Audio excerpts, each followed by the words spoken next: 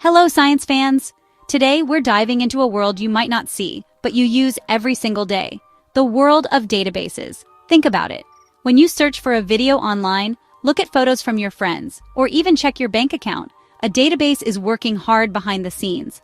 A database is like a giant, super-organized library for information. It stores data, organizes it, and helps us find exactly what we need, right when we need it. It's the digital brain that powers so much of our modern world. Without these organized systems, finding a single piece of information would be like looking for one specific grain of sand on a huge beach. It would be nearly impossible. Now, you might be thinking, a database is a database, right? How different can they be? Well, that's like saying all tools are the same. You wouldn't use a hammer to cut a piece of wood, would you? Of course not. You'd use a saw. Different jobs require different tools, and the same is true for data. The way we store and retrieve information depends entirely on what kind of information it is and what we want to do with it. As our world becomes more digital and we create more and more data, from simple text messages to complex images and sounds, understanding the different kinds of databases has become incredibly important for everyone, not just computer scientists. That brings us to our main event today. In one corner, we have the long-reigning champion, the dependable and structured SQL database. It's been the backbone of business, finance, and countless other fields for decades. In the other corner, we have the exciting new contender, the vector database, built for the new age of artificial intelligence. It handles data in a completely different way, a way that is perfect for the messy, complex information that powers AI. Understanding the difference between these two isn't just a fun exercise. It's essential knowledge for anyone building, creating, or just trying to understand the technology that shapes our lives. So, let's get ready for the ultimate showdown. We're going to explore what makes each of these databases tick. We'll look at how they store information, how they find it, and where they shine the brightest. By the end of our journey, you'll see why choosing the right database is one of the most important decisions you can make for any project. It can be the difference between a lightning-fast application that users love and a slow, clunky system that just can't keep up. So, put on your thinking caps because science is about to get organized. Today is July 10th, 2025, and the world of data is more exciting than ever.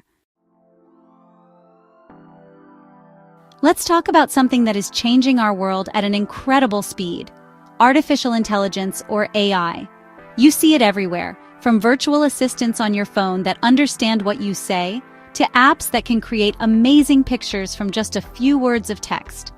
AI and its partner, machine learning, are learning to understand the world in a way that's more like how humans do. They can see patterns in images, understand the meaning behind words, and even recognize emotions in sounds. This is a huge leap forward for technology, and it's all powered by massive amounts of data. Think of data as the food that AI needs to grow and get smarter. But here's the interesting part. The data that AI loves isn't neat and tidy. It's what we call unstructured data. This includes things like photos, song files, videos, and long paragraphs of text. Traditional databases, the kind that have been around for a long time, are fantastic at handling numbers and simple text stored in neat rows and columns like a spreadsheet. But they get very confused when you ask them to find all pictures that feel happy, or all songs that sound like a summer afternoon. They just weren't built for that kind of complex, meaning-based question. It's like asking a librarian to find books based on the color of their covers instead of their titles. This is where the vector database makes its grand entrance. To work with all this messy, unstructured data, AI models perform a kind of magic trick. They convert complex things like images or sentences into a list of numbers called a vector embedding. This vector represents the core meaning or characteristics of the original data.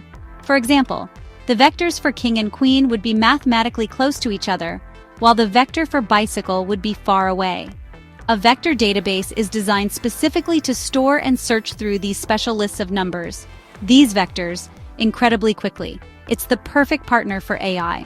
So, as AI technology continues to grow and become a bigger part of our lives, the need for databases that can speak its language grows too. The explosion of AI has created a demand for a new kind of data storage, one that understands relationships and meaning, not just exact matches. Vector databases are stepping up to fill that role.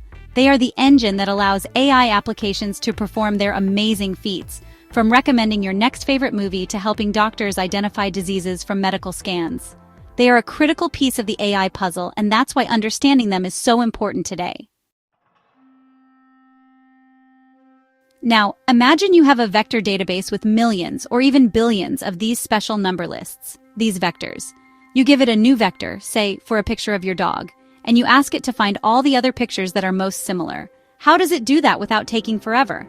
If it had to compare your dog's vector to every single other vector one by one, the search would be incredibly slow. You'd be waiting for minutes or even hours. We need a faster way. And that's where a brilliant idea called Approximate Nearest Neighbor, or ANN, comes to the rescue. It's the secret sauce that makes vector databases so powerful. The key word here is approximate. ANN doesn't promise to find the absolute 100% perfect closest matches every single time. Instead, it promises to find matches that are almost perfect, or good enough, and it does it with incredible speed. It's a trade-off. We sacrifice a tiny bit of accuracy to gain a massive amount of speed. For most AI applications, like recommending a song or finding a similar-looking t-shirt, being 99% accurate is perfectly fine. Getting a super fast answer is much more important than getting the absolute mathematically perfect answer after a long wait. It's the difference between a good user experience and a frustrating one. So how does ANN work its magic? Think of it like organizing a huge library of books by their general topic instead of alphabetically by title.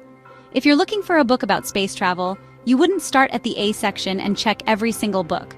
Instead, you'd go straight to the science section, then maybe to the astronomy subsection. ANN does something similar with vectors. It groups similar vectors together into neighborhoods or clusters.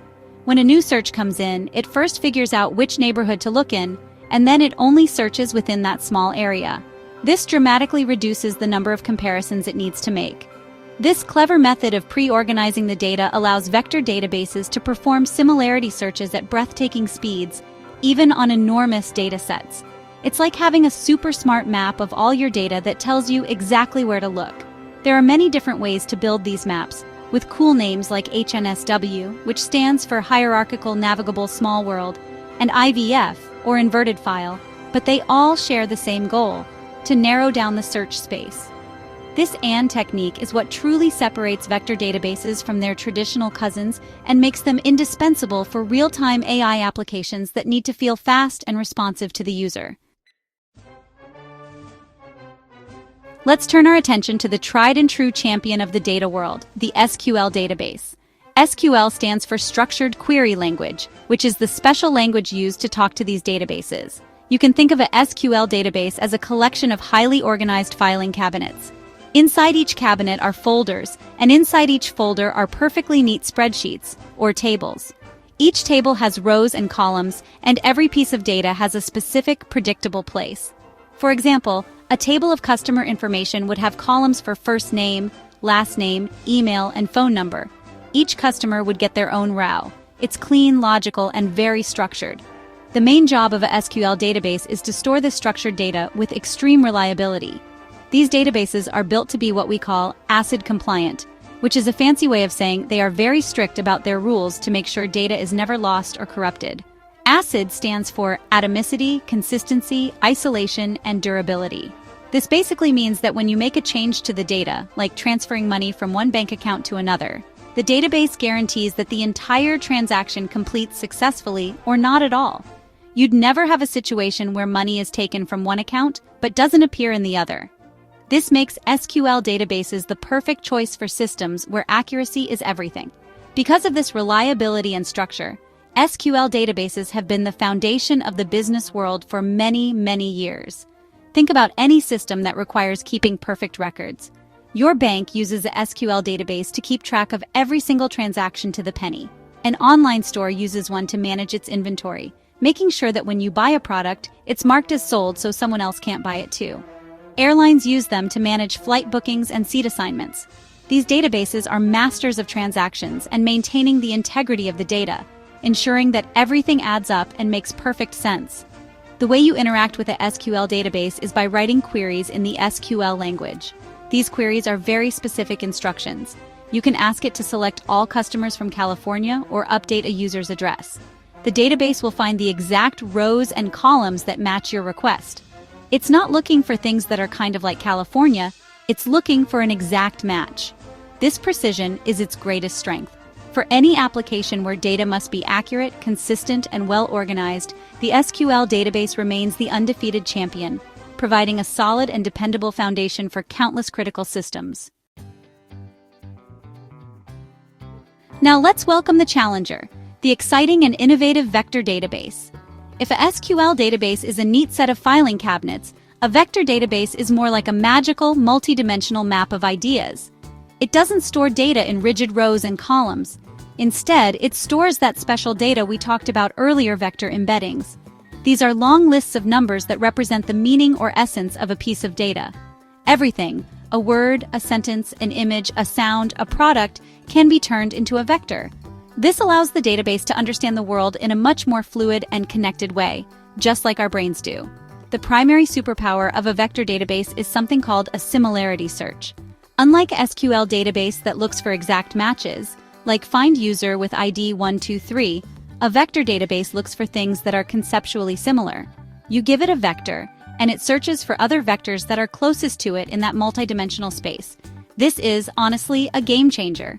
It means you can search for a picture of a golden retriever by providing another picture of a golden retriever, and the database will find it along with pictures of other similar-looking dogs. It understands that these things are related, even if the raw data, the pixels in the images, is completely different. This ability to work with unstructured data is what makes vector databases so special. The modern world is overflowing with this kind of data. Think about all the photos on social media, the articles on news websites, the songs on streaming services, and the videos you watch online. A traditional database struggles to make sense of this content. A vector database, however, is built for it. It turns all that messy, complex information into a universal language of vectors, allowing it to organize and search through it based on its meaning. This opens up a whole new universe of possibilities for applications.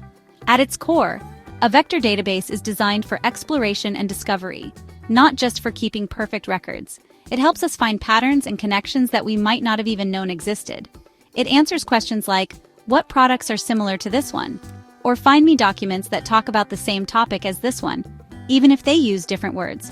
It's less about strict rules and more about finding relationships. This makes it the ideal tool for the age of AI, where understanding context and meaning is far more important than just retrieving a specific row from a table. It's a new way of thinking about data. So where can you actually see these vector databases in action? The truth is, you probably use them every day without even realizing it. One of the most common examples is in recommendation systems. When a streaming service suggests a new movie for you to watch, it's not because someone manually programmed it to. Instead, it has turned your viewing history into a vector that represents your unique taste. It then uses a vector database to find movies whose vectors are closest to yours. It's saying, people who like the movies you liked also like these ones. This kind of personalized discovery is powered by fast similarity searches. Another fantastic example is semantic search. Have you ever typed a question into a search engine and gotten a perfect answer, even though the web page didn't contain the exact words you used? That's semantic search at work. The search engine converts your question into a vector and uses a vector database to find documents with vectors that have a similar meaning. This is much more powerful than simple keyword matching. It allows you to search for foods that are good for your heart and find articles that talk about avocados and salmon, even if they don't use your exact search phrase. It understands your intent, not just your words. AI applications are another huge area where vector databases shine. Consider an app that can identify a plant from a photo you take. When you upload the picture, an AI model converts it into a vector. The app then sends this vector to a database containing vectors for thousands of different plant species. By finding the nearest neighbor to your photo's vector, the app can tell you, this looks like a fiddle leaf fig. This same principle applies to facial recognition, music identification apps like Shazam, and even more advanced systems that help detect anomalies or fraud by finding data points that are very different from everything else. Finally, vector databases are becoming crucial for a new generation of AI called large language models, or LLMs. These are the models behind AI chatbots. An LLM has a vast amount of general knowledge, but it doesn't know about your company's private documents or recent events. By storing the information from your documents as vectors in a vector database, You can give the LLM a long-term memory. When you ask a question, the system first finds the most relevant documents from the vector database, and then gives that information to the LLM to help it form a perfect, context-aware answer. This is a powerful technique that is revolutionizing how businesses use their own data. Now for the head-to-head comparison. Let's put our two database champions in the ring and look at their strengths and weaknesses. First up, the SQL database. Its greatest strength is, without a doubt, its structure and reliability. The strict schema, or the blueprint for its tables, ensures that data is always consistent and predictable. This makes it incredibly trustworthy for any application where accuracy is non-negotiable, like financial transactions or inventory management. The ACID compliance we talked about is like a promise that your data will be safe and sound. Furthermore, SQL is a mature technology with a huge community, tons of documentation, and a standardized language that many developers know well. However, this rigidity is also its primary weakness. A SQL database is not very flexible.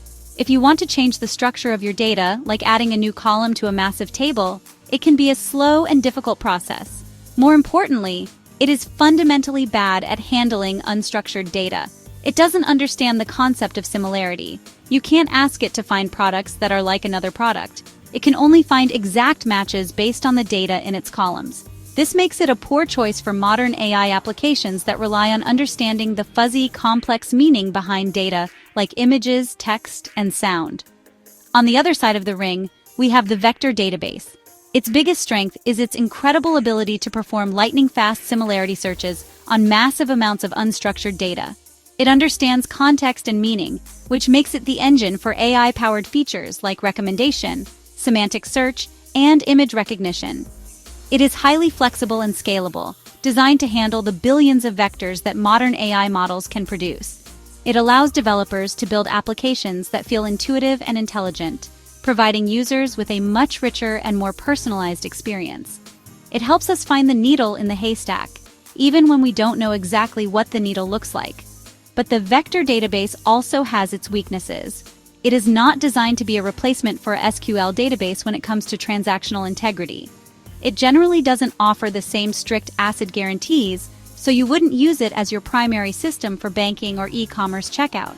It's a specialized tool for a specific job similarity search. Furthermore, the field is newer, and the technologies are evolving quickly. This can mean fewer standards and a steeper learning curve for developers who are used to the world of SQL. Choosing the right vector database and the right AND algorithm requires a different kind of expertise. So, after seeing the strengths and weaknesses of each, how do you choose the right database for your project? The decision really comes down to one simple question. What kind of data do you have, and what do you need to do with it? Your data is the key. Take a close look at it. Is your data highly structured, with clear fields that can be organized neatly into tables, like a list of users with names, emails, and purchase dates? If so, and if your main goal is to store this information reliably, enforce business rules, and perform precise lookups, then a SQL database is almost certainly your champion. On the other hand, is your data unstructured or complex? Are you working with images, audio files, large blocks of text from user reviews, or the outputs of an AI model? And is your main goal to find relationships, recommend items, or search based on meaning and similarity rather than exact keywords? If you find yourself nodding along, then a vector database is the clear winner for your needs. If you want to build an application that can find visually similar products or search through your internal documents using natural language questions, a vector database is the specialized tool built for that very job. But here's a very important point. In many modern applications, the answer isn't one or the other. The best solution is often to use both. This is called a hybrid approach. Imagine an e-commerce website. It would use a SQL database as its system of record to handle the really important stuff: user accounts, product inventory, prices, and processing orders. It's the reliable backbone of the business. But to power the product recommendation engine and the visual search feature, it would also use a vector database. When a user looks at a product, the website can find its vector and instantly query the vector database to find similar-looking items. So the process for choosing is simple. First, define your project's goals. Second, analyze your data types. If you need transactional integrity and structured storage, start with SQL.